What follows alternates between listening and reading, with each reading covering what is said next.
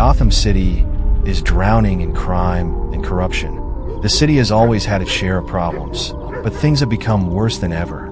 Gangs roam the streets, innocent people are attacked in broad daylight, and the police are overwhelmed. The most notorious of these gangs is the Mutants, a violent group of thugs who seem to thrive on chaos and destruction. Their leader is Ruthless, and they spread fear throughout Gotham, vandalizing property, committing murder, and terrorizing anyone in their path. Amidst all this, Bruce Wayne lives a life of retirement. 10 years have passed since he last wore the Batman costume. Now, Bruce is a grizzled man in his mid-50s, living alone in Wayne Manor. Alfred, his loyal butler, still takes care of him, but Bruce's days of fighting crime seem to be behind him. The streets of Gotham are without their Dark Knight protector, and the city feels his absence. Despite his retirement, Bruce can't escape his past. Every night, he is haunted by dreams and memories of his time as Batman. He sees flashes of his parents' murder in Crime Alley, hears the screams of victims he couldn't save, and relives the fights with his old enemies. He is constantly battling the urge to return to his vigilante ways, but his promise to retire keeps holding him back. Bruce had vowed to stop being Batman after the death of Jason Todd, the second Robin, a tragedy that left him deeply scarred. Bruce tries to suppress his dark thoughts by indulging in dangerous hobbies. He races his car at insane speeds, pushing himself to the edge. It's almost as if he's looking for a way to escape the pain. But no matter how fast he drives, the memories and the call of the Bat continue to haunt him. The situation in Gotham reaches a boiling point. News broadcasts are filled with reports of violent crimes. Murders, kidnappings, and assaults are on the rise. The police, led by Commissioner James Gordon, are doing their best, but they are outnumbered and outgunned. Commissioner Gordon, now close to retirement himself, is one of the few who knows Bruce's secret. He understands why Bruce retired, but he can also see that Gotham is desperate for the return of Batman. One night, Bruce walks through the streets of Gotham, trying to find peace.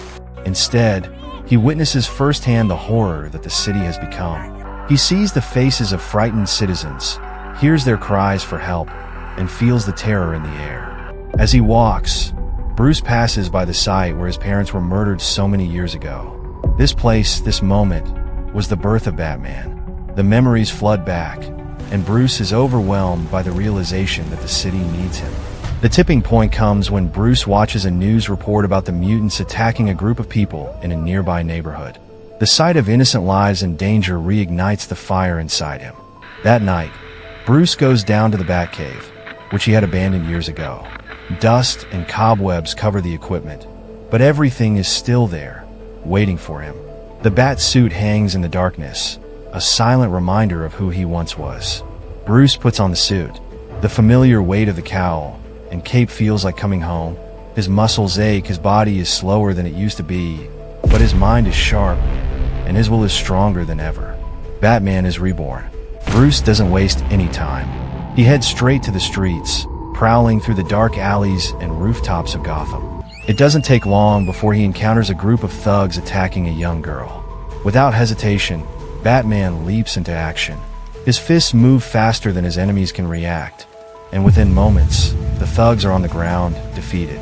The girl looks up at Batman, her eyes wide with a mix of fear and awe. Batman's reputation has always been that of a terrifying figure, a creature of the night who strikes fear into the hearts of criminals. As the night goes on, Batman continues his assault on Gotham's underworld.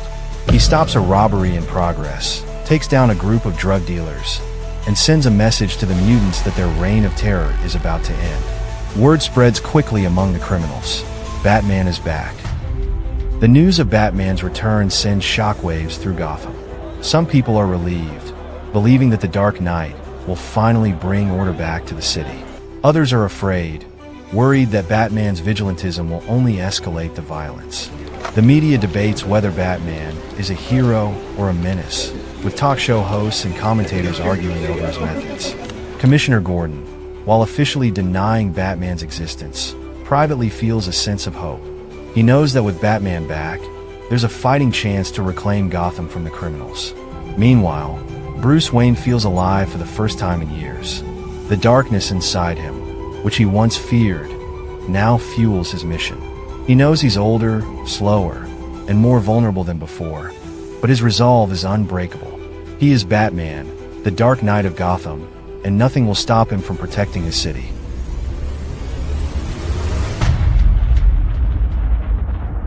The reappearance of Batman sets Gotham abuzz. The citizens feel a mix of fear and hope, while the criminals are sent into a frenzy.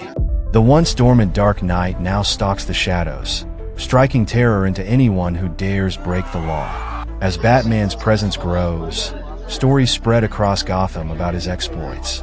Tales of a giant bat descending from the darkness to bring justice.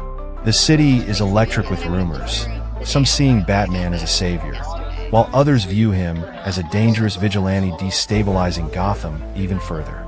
The police are divided in their response, while Commissioner Gordon, a close ally of Batman, turns a blind eye to his activities.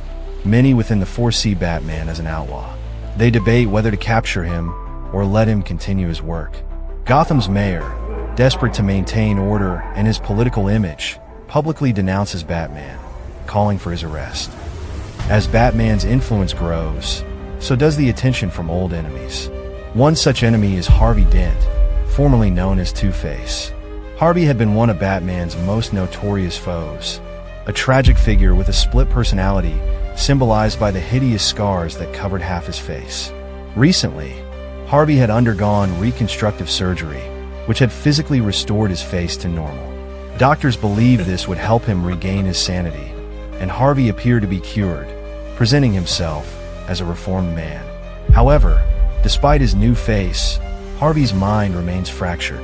The internal conflict rages on, and Harvey feels like a monster, seeing the darkness in his soul reflected in every mirror. He secretly orchestrates a series of bank robberies, claiming that Gotham is sick and must be cleansed by fire. Harvey's criminal activities are once again making headlines, but this time he's trying to prove that he still has power, that he can control Gotham's fate. The city learns that Two-Face is back, and the fear of Batman's return is mirrored by the return of Gotham's fallen hero. Batman knows Harvey all too well, recognizing the pattern of his crimes.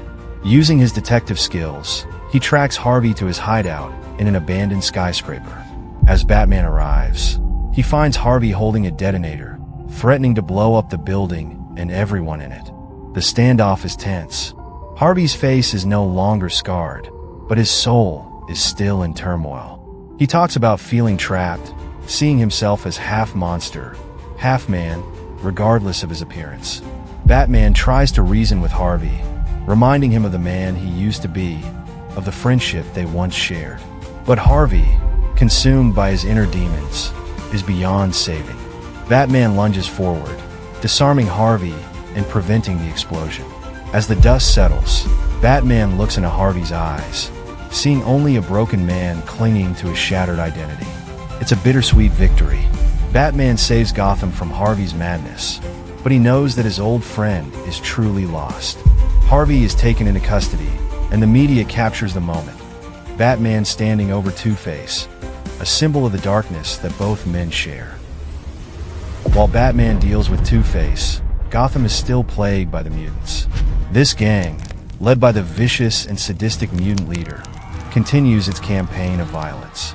The mutants attack the wealthy, terrorize neighborhoods, and clash with the police. They view themselves as the new rulers of Gotham, intent on taking over the city by force. The mutant leader is a hulking figure with sharpened teeth and a raw, primal strength that makes him a terrifying opponent. He commands his gang with an iron fist, demanding loyalty and violence. Batman knows that to bring peace to Gotham, he must defeat the mutants. He begins his crusade against the gang by targeting their hideouts, breaking up their operations, and interrogating members for information about their leader. Batman's tactics are brutal, but effective. He takes down one mutant after another, sending a clear message: no one is above his reach. However, this only fuels the mutant leader's anger and ambition. He sees Batman as a challenge, a threat to his dominance that must be destroyed. The mutant leader issues a public challenge to Batman, daring him to a one-on-one fight. Batman, understanding the need to confront this threat head-on, accepts. The fight is arranged to take place at a dump yard, surrounded by the mutant gang members. They gather to witness the battle, cheering for their leader, confident that he will crush the legendary Dark Knight. The fight begins, and it's brutal.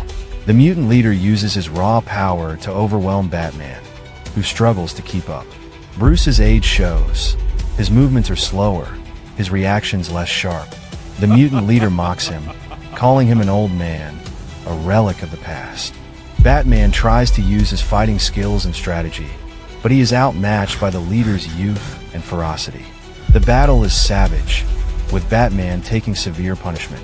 Bloodied and beaten, Batman is thrown to the ground, nearly defeated. Just when it seems like Batman might be killed, help arrives in the form of Carrie Kelly, a young girl who has been following Batman's exploits. Inspired by his return and eager to make a difference, she has taken on the identity of Robin. Armed with a slingshot and a determination beyond her years, she distracts the mutant leader long enough for Batman to regain his composure. Carrie's intervention gives Batman the chance to escape, and he manages to flee the scene with her help. The mutant leader, enraged by his inability to finish Batman, swears vengeance. Back in the safety of the Batcave, Alfred tends to Bruce's wounds while Carrie expresses her desire to be his partner, to help him in his crusade against crime. Despite his initial reluctance, Bruce sees potential in Carrie. Her bravery and spirit remind him of his former partners. He decides to take her under his wing, knowing that he will need all the help he can get to bring down the mutants. Bruce understands that he underestimated the mutant leader's strength. To defeat him, he will need to use more than just his fists. He formulates a new plan to confront the mutants once again. This time, he aims to break their spirit by defeating their leader in front of his followers, to show them that the mutant leader is not invincible. Batman's return has rekindled hope in Gotham, but he knows that to truly reclaim the city, he must face his own limitations, draw on his years of experience, and show Gotham's new generation of criminals why he is the Dark Knight. With Robin by his side, Bruce prepares for the ultimate showdown against the mutant leader, knowing that the future of Gotham depends on the outcome of this battle.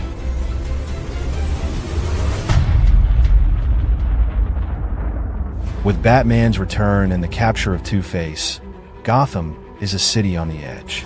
The news of Batman's brutal confrontation with the mutant leader has spread like wildfire, becoming the talk of the town. The citizens of Gotham are split in their opinions. Some view Batman as a symbol of hope, a figure fighting back against the overwhelming crime and corruption. Others see him as a vigilante whose actions will only bring more violence to their already fragile city.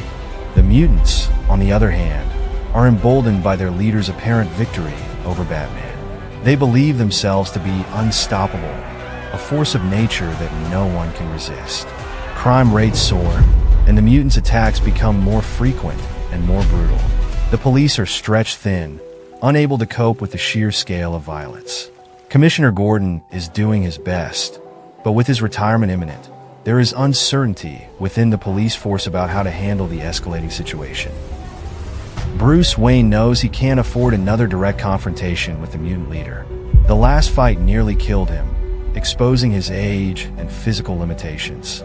This time, Batman understands he must use his mind, his greatest weapon, to defeat the mutants. He realizes that simply beating the mutant leader isn't enough. He needs to shatter the gang's belief in their leader's invincibility, showing the mutants that their reign of terror can be ended. To prepare, Batman spends time recovering in the Batcave. He trains, pushing his body to its limits, testing his endurance. Alongside him is Carrie Kelly, the new Robin. She's eager, energetic, and willing to learn. Batman sees potential in her. Under his guidance, Carrie trains hard, honing her skills and learning the tactics that have made Batman a legend. Together, they prepare for the rematch. Batman formulates a plan to draw out the mutant leader and the gang. He uses the media to his advantage, leaking information about his whereabouts and taunting the mutant leader, challenging him to another fight. The mutant leader, driven by pride and rage, accepts the challenge. He believes this will be his chance to crush Batman once and for all, to cement his control over Gotham. The showdown is set at the city's flooded sewage plant, a dark and grim location that serves as the perfect battleground. The mutant gang gathers to witness the fight, surrounding the area. The atmosphere is tense, filled with anticipation and the scent of violence. The mutant leader arrives, his massive frame casting a menacing shadow. He's confident, sneering at the thought of facing Batman again. Batman appears, stepping out of the shadows. This time, he is calm, focused, and prepared. He knows he can't rely on brute strength alone, so he uses the environment to his advantage. The fight begins, and the mutant leader charges at Batman, attacking with his raw power. But Batman is ready. He lures the mutant leader into the muddy, slippery waters of the sewage plant, where the leader's strength is less effective. Batman's strategy is to tire the mutant leader out, to use his own aggression against him. The fight is fierce and brutal. Batman takes a few hits, but manages to stay on his feet. He uses quick, calculated strikes, targeting the mutant leader's joints and weak spots. The mutant leader swings wildly, his punches powerful but inaccurate, missing their mark as Batman evades and counters. As the fight drags on, the mutant leader starts to slow down, his energy draining in the muddy water. Batman sees his opportunity and takes it. He delivers a series of precise, bone-crunching blows to the mutant leader's legs and ribs, breaking him down piece by piece. Finally, Batman delivers a crushing blow to the mutant leader's face, knocking him to the ground. The once fearsome leader is beaten, lying in the mud, gasping for breath. The mutants, watching from the sidelines, are in shock. Their leader, who they believed was unstoppable, has been defeated by the Batman they thought was a relic of the past.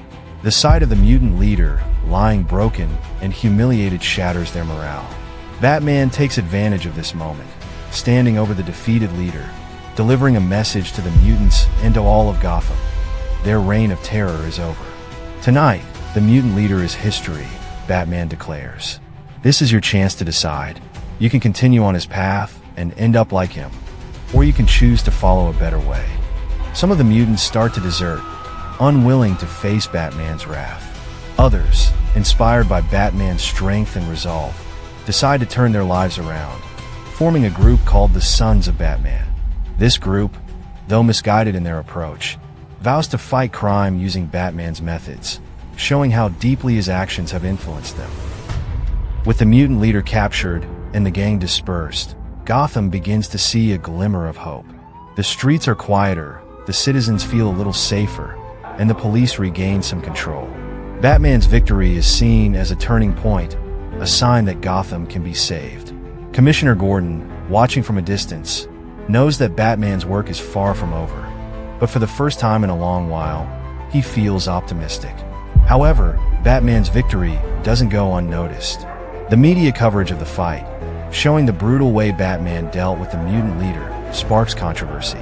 Some view Batman as a necessary force of justice, while others see him as a dangerous vigilante who operates above the law. The public debate intensifies, with politicians and officials questioning whether Batman is a hero or a menace. Meanwhile, Batman and Robin retreat to the Batcave, where Bruce tends to his wounds. Despite the physical pain, he feels a sense of accomplishment. He knows that Gotham has taken a step towards reclaiming its soul. Bruce also feels a renewed sense of purpose. The partnership with Carrie as Robin is working better than he expected.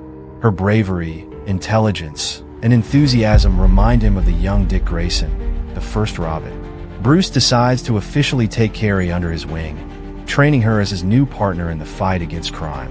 As Gotham begins to heal, Batman knows that his victory over the mutants is only the beginning. The city still has a long way to go, and the shadows are full of threats yet to come. But with Robin by his side, Batman feels ready to face whatever challenges lie ahead. Bruce Wayne stands on the rooftop of Wayne Tower, looking out over the city he's sworn to protect. The sky is dark, but the lights of Gotham below twinkle like stars. The battle with the mutants has left him exhausted, his body aching from the fight. But his mind is clear, his resolve stronger than ever. He knows the path ahead will be dangerous, filled with old enemies and new threats. But he is Batman, the Dark Knight, and he will never give up. With Robin by his side, Batman leaps into the night, his cape billowing behind him like the wings of a bat. The people of Gotham may not see him, but they know he's out there, watching over them, a guardian in the darkness. Batman's legacy is alive, and as long as he stands, Gotham will never fall.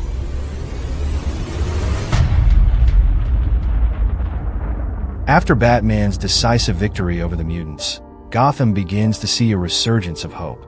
The violent crime wave recedes, and the streets become a little safer.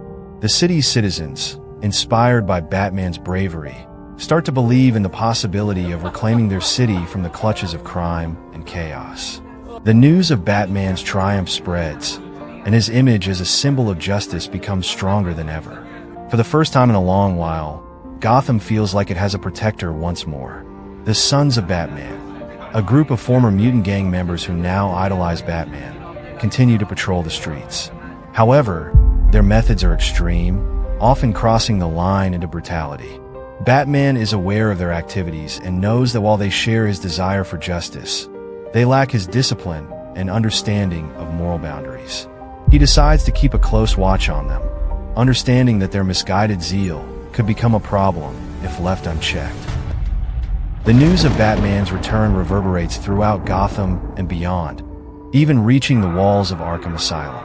Among the asylum's most infamous inmates is the Joker, Batman's greatest and most dangerous adversary. For years, the Joker has been in a catatonic state, seemingly broken by Batman's retirement. Without his nemesis, the Joker had no one to play his deadly games with, no purpose to fuel his insanity. But the news of Batman's return awakens something inside him. His eyes flicker to life, and a sinister smile slowly spreads across his face. The Joker is back. Joker's psychiatrist, Dr. Bartholomew Wolper, a man who believes Batman is responsible for the Joker's psychosis, is convinced that Joker is reformed. He argues that the Joker's condition has improved and proposes a plan to have him appear on a popular talk show, where he can publicly declare his rehabilitation. Wolper is convinced that Batman's presence exacerbates the Joker's madness, and he sees this talk show appearance as a chance to prove his theories. The media jumps on the story, eager for the spectacle of Gotham's most notorious criminal reformed. Batman's return and his growing influence over Gotham catch the attention of the federal government. In Washington, D.C., high-ranking officials and military leaders discuss Batman's actions. They see him as a threat to public order, a vigilante who operates outside the law and undermines governmental authority. Among these leaders is Superman, now working as a covert government agent. The once famed hero has become a symbol of American power, used by the government to maintain control and order both domestically and internationally. The president, who is a figurehead in these discussions, indirectly suggests that Batman's vigilantism must be stopped. He orders Superman to pay a visit to Bruce Wayne, to persuade him to retire once and for all. Superman, bound by duty and loyalty to his country, reluctantly agrees.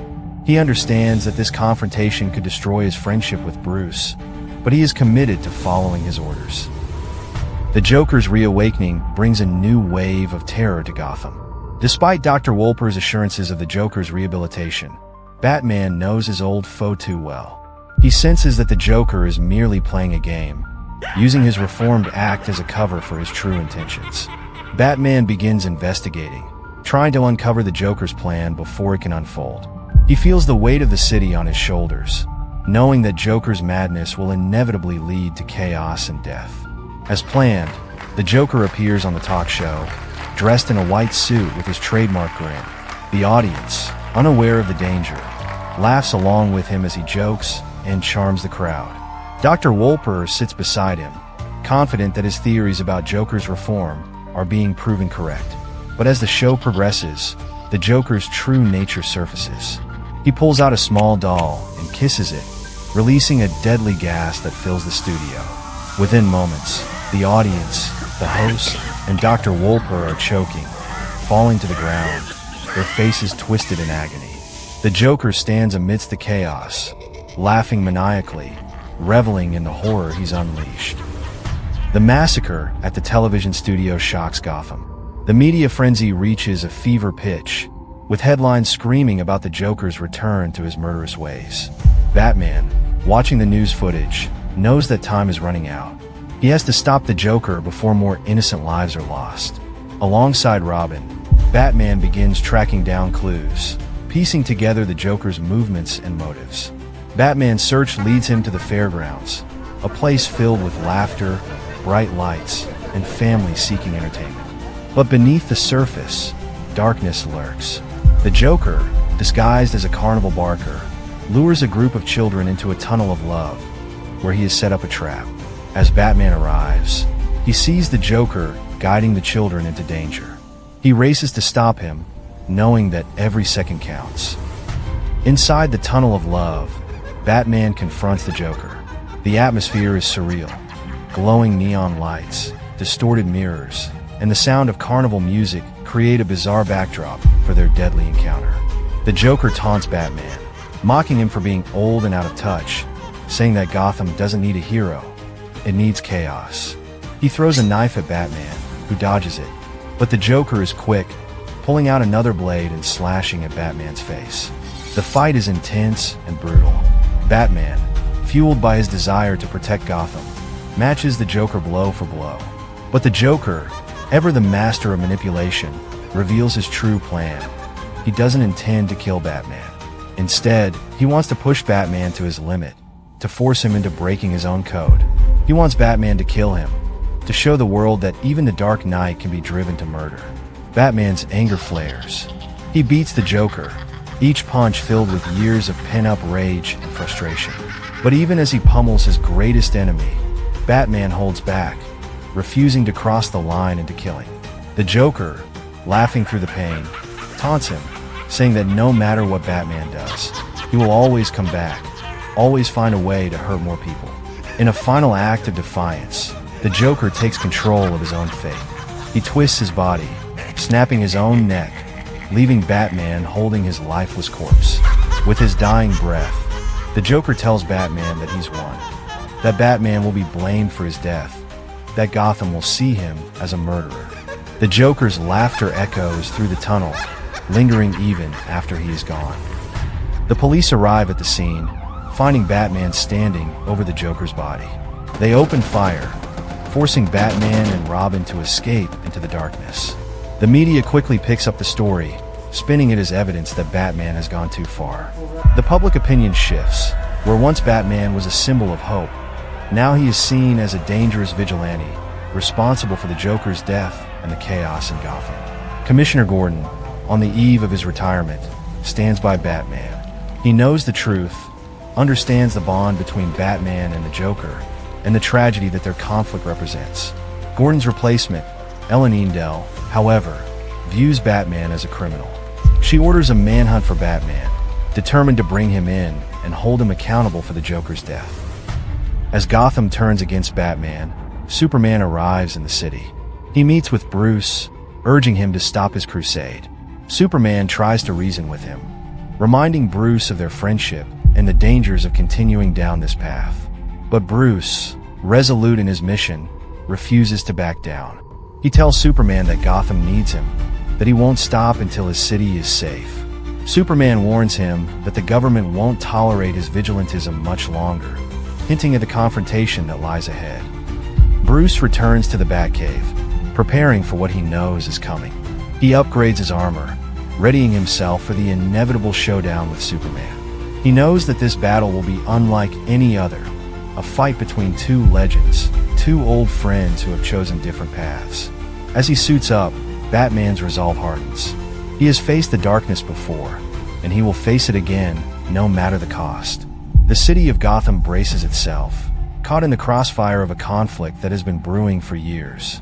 The streets are quiet, the air thick with tension.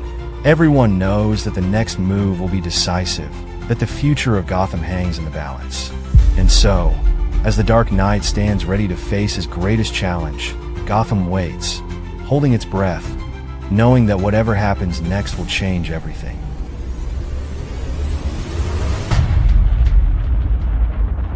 The atmosphere in Gotham is tense and electric.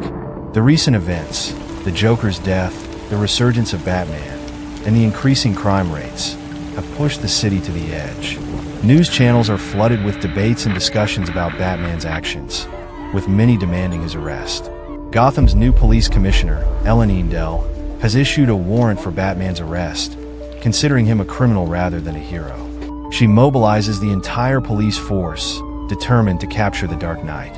Meanwhile, the Sons of Batman continue their vigilante actions, using Batman's methods but with less restraint. Their aggressive and often brutal tactics cause concern among the citizens of Gotham and the police, raising questions about the true legacy of Batman's return. Bruce Wayne knows that Gotham is teetering on the brink of chaos, and he feels the heavy weight of responsibility to guide the city back from the abyss. In the Batcave, Bruce Wayne prepares for what he knows will be his final battle. He has spent his life fighting crime, and he understands that he cannot keep doing this forever. The battle with Superman is inevitable. The government views him as a threat, and Superman, now a tool of that government, has been sent to stop him. Bruce knows this fight is not just about Gotham or his personal vendetta. It's about the soul of heroism itself. Bruce's years of experience and strategic thinking come into play. He formulates a plan that will not only allow him to stand up to Superman, but also secure the future of Gotham without him. Bruce makes use of every resource at his disposal, including his old ally Oliver Queen, the former Green Arrow, who has his own reasons for wanting to see Superman humbled. Oliver is bitter and angry, having lost his arm in his own fight against the government. Despite his physical limitations, he is still a formidable archer and a valuable asset in Batman's plan. Superman, still working for the government, arrives in Gotham. His orders are clear: stop Batman. Despite their past friendship, Superman is duty-bound to follow his orders. He meets Bruce in private, hoping to convince him to stand down peacefully. Superman tries to reason with him, emphasizing that his actions are causing more harm than good, that the government sees him as a dangerous rogue element. Superman appeals to their shared history, reminding Bruce of the times they fought together for justice. But Bruce is resolute. He sees Superman as a symbol of the very thing he has always fought against: control, oppression, and the loss of personal freedom. Bruce believes that Superman's submission to the government compromises his integrity and the values they once shared. The conversation ends with an unspoken understanding. The next time they meet, it will be as enemies, not friends. Knowing that Superman's powers far exceed his own, Bruce devises a strategy that will give him an edge. He puts on a heavily armored batsuit, designed to enhance his strength and withstand Superman's powerful attacks. Bruce also prepares the environment of Crime Alley, the site of his parents' murder and the location of their upcoming battle. He rigs the area with traps, weapons, and distractions, turning it into a battleground where he can use his knowledge of Gotham's streets to his advantage. Carrie Kelly, the new Robin, is by his side. She has proven herself to be brave and resourceful, and Bruce trusts her implicitly. He instructs her to be ready for anything, understanding that this battle could mean his end. He gives Carrie specific tasks, knowing that she might have to carry on his legacy if he does not survive. The night of the showdown arrives. Gotham skies are filled with dark clouds, mirroring the tension on the streets below. Superman descends into Crime Alley, where Batman is waiting for him. Their confrontation is silent at first, the two old friends standing in the rain, knowing that words are no longer necessary. With a heavy heart, Superman tries one last time to persuade Bruce to stop, but Batman, eyes cold and determined, refuses. The battle erupts with a thunderous clash. Superman, with his superhuman speed and strength, launches at Batman, aiming to end the fight quickly. But Batman is ready. Using the enhancements of his armored suit, he blocks Superman's punch, sending a shockwave through the alley. The two exchange blows, the force of their strikes shattering windows and cracking the pavement. Batman uses every trick he knows, deploying smoke bombs to obscure Superman's vision and sonic disruptors to disorient him. He exploits Superman's greatest weakness, his reliance on his senses and powers. Batman maneuvers through the alley, using the environment to his advantage, luring Superman into traps. He detonates explosives, causing debris to fall, and fires powerful electric shocks to slow Superman down. As the battle rages, Batman signals Oliver Queen. Hidden in the shadows, Oliver takes his position. With a swift and silent motion, he fires an arrow tipped with synthetic kryptonite. The arrow strikes Superman, its effects immediately weakening him. Superman falls to his knees, his strength fading. Batman seizes the opportunity, launching a barrage of attacks that brings Superman down further. The kryptonite doesn't kill Superman, but it drains him enough to level the playing field. Batman stands over Superman, breathing heavily, his suit damaged from the intense fight. He tells Superman that he wants him to remember this moment, to know that a man, an ordinary man, was able to defeat him. Batman's voice is filled with anger, bitterness, but also a hint of sadness for the friendship they once had.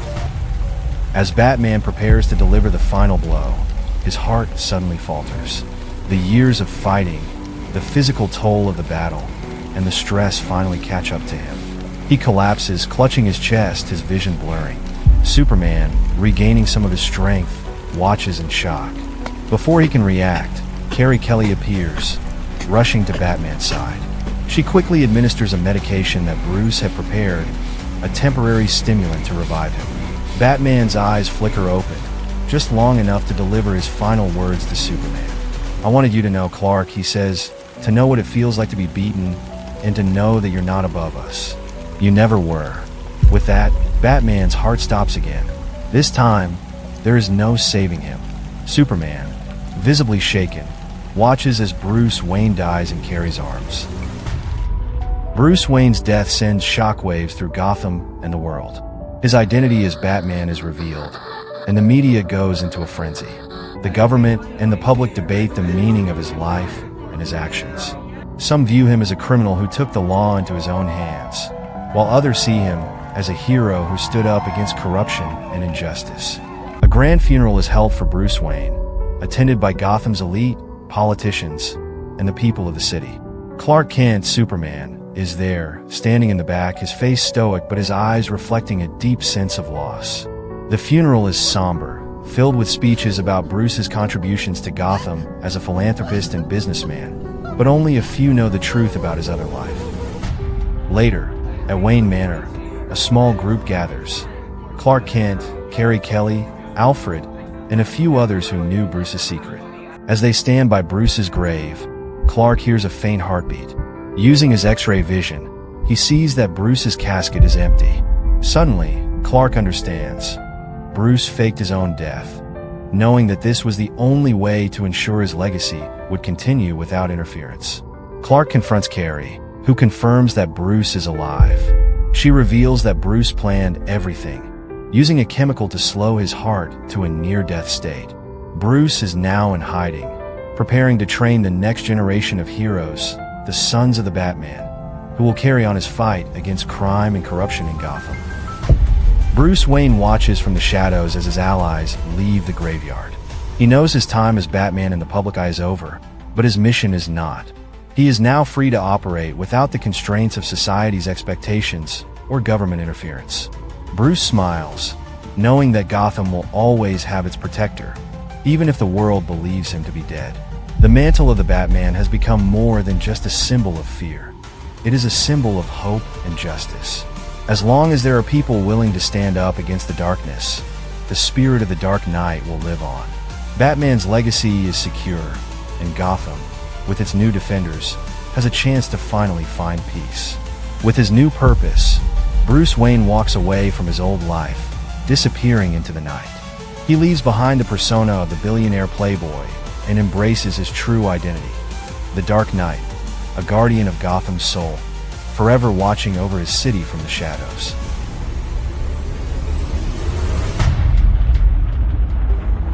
Gotham City, once shrouded in darkness and chaos, begins to change. The death of Bruce Wayne and the revelation of his identity as Batman send ripples throughout the city. Media outlets worldwide cover the story of Gotham's masked vigilante, debating his impact on the city. Some view Bruce as a criminal who operated outside the law, while others see him as a hero who brought order and hope to a city drowning in crime. The sons of Batman, inspired by Bruce's sacrifice, continue to patrol the streets, but now with a greater sense of purpose and restraint. Under the guidance of Carrie Kelly, the new Robin, they focus on protecting Gotham rather than enforcing their will with violence. Their presence is a reminder that Batman's spirit still watches over Gotham, even if the man himself is gone. Carrie takes on a leadership role, using the skills and training Bruce taught her to guide this new generation of vigilantes. Commissioner Ellen Eendell, once one of Batman's most vocal critics, is left conflicted. After witnessing the chaos of the Joker's rampage and the aftermath of the Mutant gang war, she begins to see the necessity of Batman's actions. She realizes that while Batman's methods were extreme, they were often the only thing standing between Gotham and total anarchy. Eendell faces a moral crisis: uphold the law strictly, or acknowledge the complex reality that Batman's brand of justice, although outside the law, has saved countless lives. Eendell decides to take a different approach, focusing on reforming Gotham's police force. She works to rid the department of corruption and instills a new sense of integrity and responsibility among her officers. Although she still does not condone vigilantism, she quietly decides to stop actively pursuing the sons of Batman, allowing them to operate as long as they do not cross certain lines. Her decision reflects a new understanding of Gotham's unique needs and the role Batman played in shaping the city's future. Clark Kent, Superman, returns to his duties for the U.S. government, but the battle with Batman lingers in his mind. He visits Bruce's empty grave in Wayne Manor Cemetery, reflecting on their friendship, the battles they fought together, and the clash that ultimately drove them apart. Superman feels the weight of his choices, his allegiance to the government, and the cost it has had on his ideals. He knows that Bruce's criticism of him was not without merit. Superman contemplates his role as a hero and the fine line between being a protector and a pawn. Bruce's faked death and the empty grave serve as a powerful reminder that, unlike himself, Bruce had the freedom to operate by his own rules. Superman finds himself caught between two worlds: the godlike power he wields and the human values he upholds. He decides to honor Bruce's memory by becoming more discerning in his own actions, ensuring that he remains true to the principles of justice and humanity. Deep underground in a hidden cavern far from Wayne Manor, Bruce Wayne is alive and well, his heart still beating with the fire of his mission. He has retreated from the public eye, letting the world believe he is dead. With the help of Carrie Kelly and a few trusted allies, Bruce has begun the work of building a new base of operations. This new Batcave is smaller and more secluded, but equipped with everything he needs to continue his fight against crime. Bruce is not alone. A group of young men and women, all former members of the Sons of Batman, have pledged their loyalty to him. They see Bruce not just as Batman, but as a mentor and leader. Bruce has embraced this role, realizing that his legacy is not just about his own actions, but about training others to carry on his work. He begins to train them rigorously, teaching them not only combat skills but also the values of restraint, justice, and the importance of protecting the innocent. Bruce recognizes that his time as Batman in the traditional sense has come to an end. He is older now, and while his mind is as sharp as ever, his body is not what it once was. He accepts that he cannot patrol the streets like he did in his youth. Instead, Bruce focuses on creating a network of operatives who can continue the fight against crime under his guidance. He uses his vast resources and intelligence to set up safe houses, communication networks, and training facilities throughout Gotham. Carrie Kelly, now taking on more responsibility, becomes Bruce's right hand. She is a symbol of Batman's legacy and the next generation of heroes. Bruce sees in her the same dedication and drive that once fueled him, and he knows that she will be a worthy successor. He trains her to become not just a sidekick, but a leader in her own right. Carrie takes on a new identity, one that reflects her growth from Robin to something more significant, a new symbol of hope for Gotham. In his hidden sanctuary, Bruce continues to monitor Gotham's underworld. He listens to police scanners, keeps an eye on political developments, and watches over his city through a vast network of surveillance equipment. He knows that his presence, even if unseen, will always be felt. Bruce's life has become one of quiet observation, guiding and directing his young protégés, ensuring that Gotham remains protected.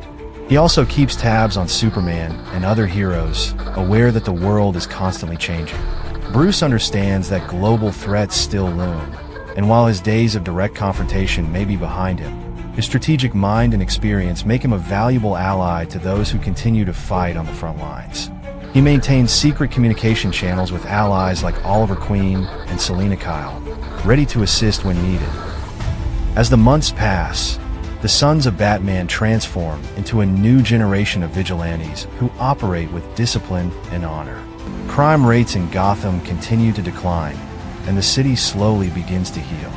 The symbol of the Bat, once feared by criminals and misunderstood by the public, becomes a symbol of resilience and justice. The people of Gotham, even those who never supported Batman, start to see the impact of his work. His legacy is not just one of violence, but of hope, proving that one person's dedication can inspire an entire city. One night, a small group of criminals is caught attempting to rob a store. They are stopped not by the police, but by a figure dressed in black, moving through the shadows with the grace and precision of a seasoned warrior. As the figure steps into the light, the criminals gasp. It's not Batman, but someone wearing his symbol, carrying on his fight. The legend of the Dark Knight lives on, and with it, the promise that Gotham will always have its guardian. Bruce Wayne watches from a distance, unseen but ever present. His heart swells with a sense of pride and fulfillment. He has done what he set out to do, create a legacy that will endure beyond his own life. Bruce knows that he has made mistakes along the way, that his journey has been marked by pain and sacrifice. But he also knows that his mission has always been worth it. Bruce smiles, knowing that Gotham's future is in good hands. As long as there are those willing to fight for justice, the darkness can never truly win. He turns away, walking back into the shadows of his new cave, ready to continue his work from behind the scenes. Bruce Wayne, the man, may have stepped back, but Batman, the legend, will never die.